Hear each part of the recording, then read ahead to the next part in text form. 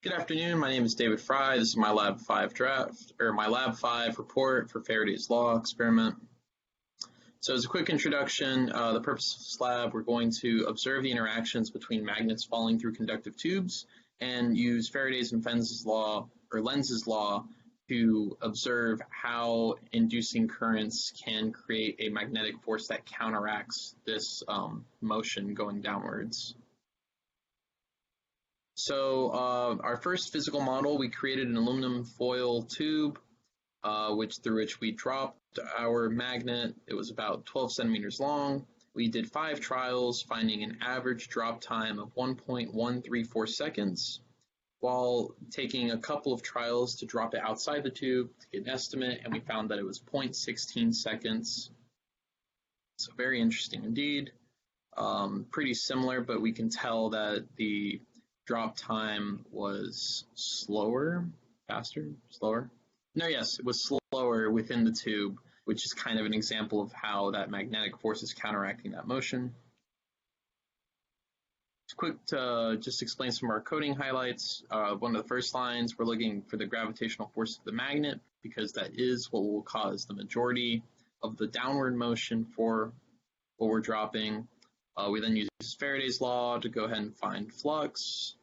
Move further down to where we find the current within each ring. We do treat this tube as kind of like a ring in a sense with all these coils.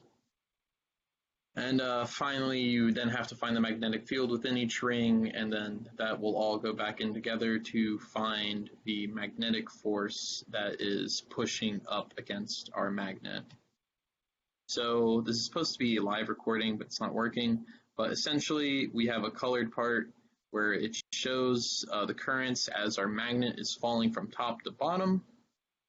And we have a velocity versus time graph where you can see our velocity drastically increases. Then at some point, we do reach a terminal velocity, which will explain why that happens later.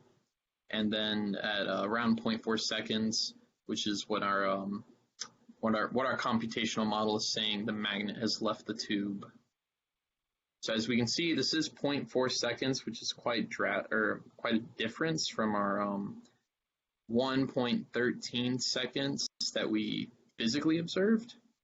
So we're not sure where the discrepancy was there, but we do know that our phone was having some issues looking at the time numbers, so maybe that's where the discrepancy was. So comprehending the simulation, what happens to the dynamics of the systems when you flip the magnet around? Well, if you flip it to where like the south pole is facing first towards the tube, it's kind of like you're flipping the direction in which the magnet's magnetic field is pointing towards. So in a sense, you'll still have the same final motion. The magnet will still fall through the tube, but the direction in which the currents are will, does it change or remain the same? I think I screwed this up. But the currents will flip. The currents should be flipped. I don't know why I put remain the same. Oops. Continuing on, total time in tube, how can we make this computational system more accurate? Well, as compared to our real life system, we haven't accounted for air resistance or resistance to conductivity, stuff like that. So there are some additional factors to take into account. And then how can we explain the velocity versus time plot? Well, we have a plateau on there. That's pretty much showing that there's no longer a change in velocity. This is caused by lack of acceleration, which means that our Fnet at that point equals 0. So our what if questions, if the resistivity of the conductor was reduced as close to possible to 0, how would the dynamics of the falling magnet change? Well, knowing that current is equal to the voltage divided by resistance, if you reduce the resistivity very low, that's essentially you also changing the resistance of the system, thus increasing the current. So the magnet would fall much slower as we have higher currents in our system.